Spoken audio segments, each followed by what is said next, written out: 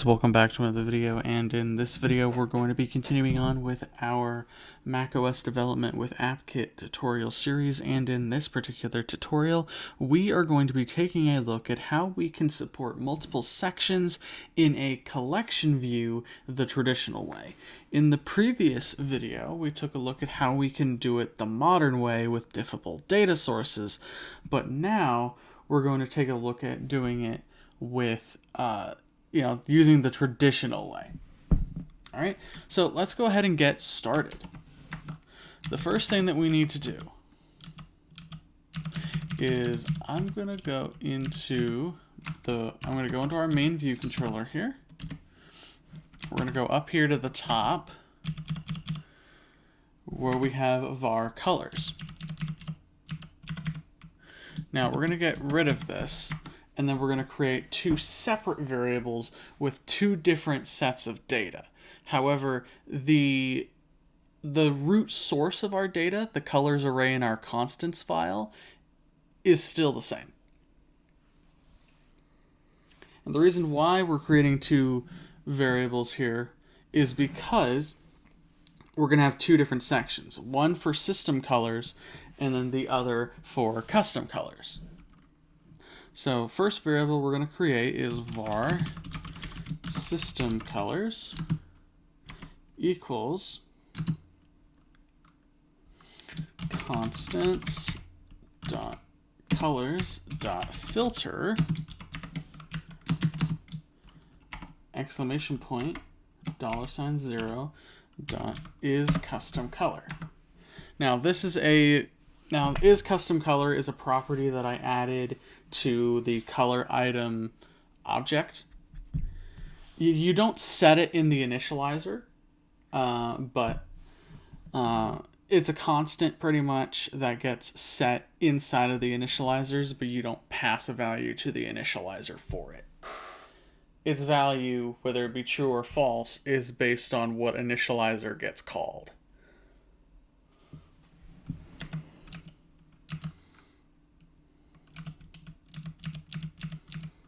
All right. So that's our system colors array. Then the next thing we'll want is var custom colors equals constants dot colors dot filter $0 dot is custom color. And there we go. Now that we have our two sets of data for each individual section, we can move back into our data source.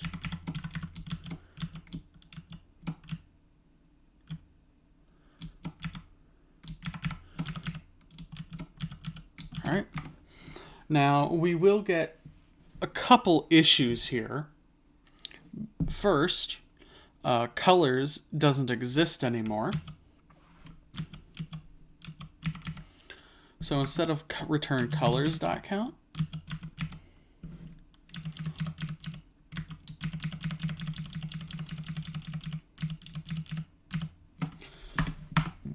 we're going to conditionally return something. So our first section is going to be for our system colors, and then the second is for the custom colors. So if section is equal to 0. So if it's the first section, we want to return system colors dot count.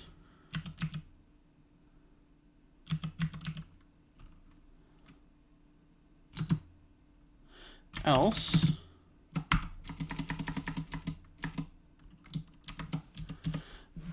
if that's not the case, then we will return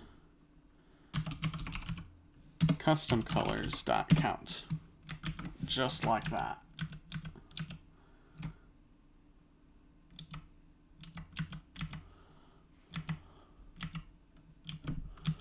All right.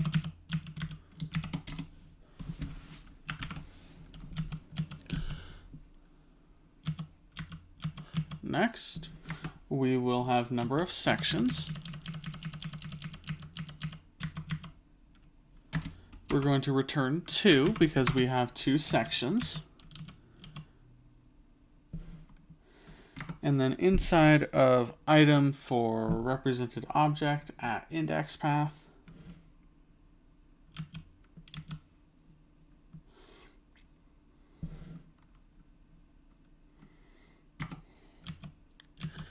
we will say, so item set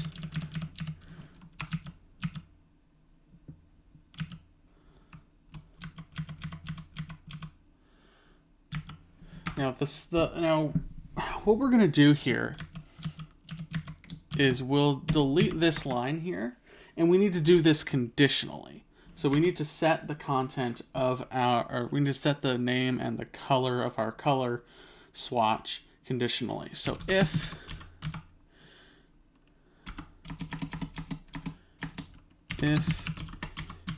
index path dot section is equal to 0, which is the first section, then we'll say item dot set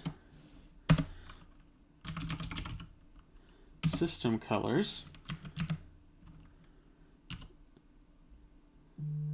dot, or rather at the index path dot item dot name, and then the color is system colors at the index path dot item dot color. All right. Else, so if it's any other section, so if it's section 1, so the second section, we want item dot set custom colors at the index path dot item dot name, and then for the color it'll be custom colors at index path dot item dot color, like that. All right, and then we will return that item. Relatively simple stuff. Let's go ahead and save that and run it.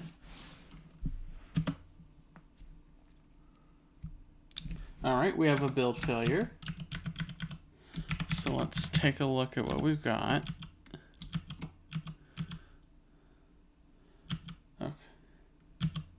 Okay, cannot find colors in scope.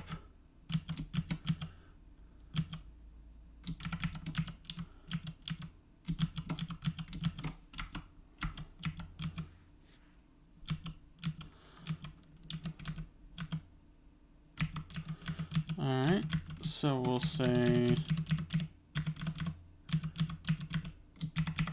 we'll get rid of that. I did a print statement just so I could do some debugging. Let's run our code again. We have another build failure. So navigator, issue navigator.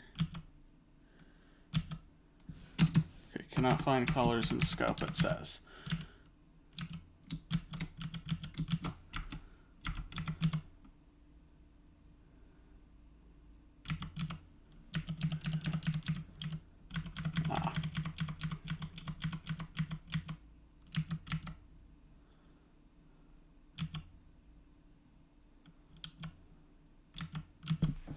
Okay, so let's var custom colors equals constants colors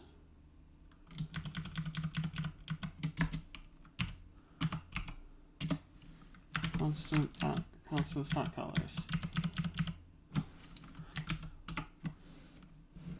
Okay, I'm not sure what it's doing.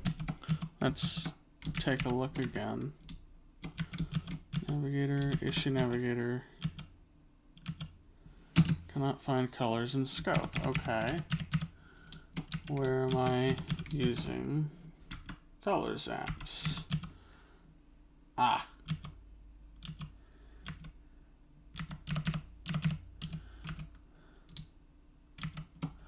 So what I'm going to do instead of colors.shuffle is it's going to be system colors shuffle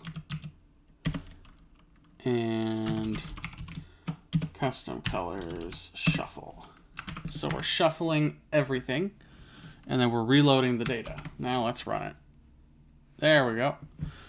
Now you can see that the system colors and the custom colors are visually separated.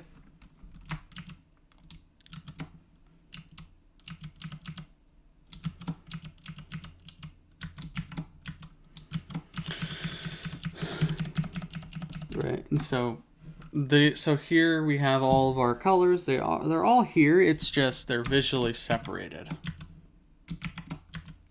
Let's shuffle. And everything should work fine now. All right. So that pretty much does it for this video, guys, on how we can support multiple sections in an NSCollectionView data source instead of using a diffable data source. Thank you all so very much for watching, and we'll see you in the next video.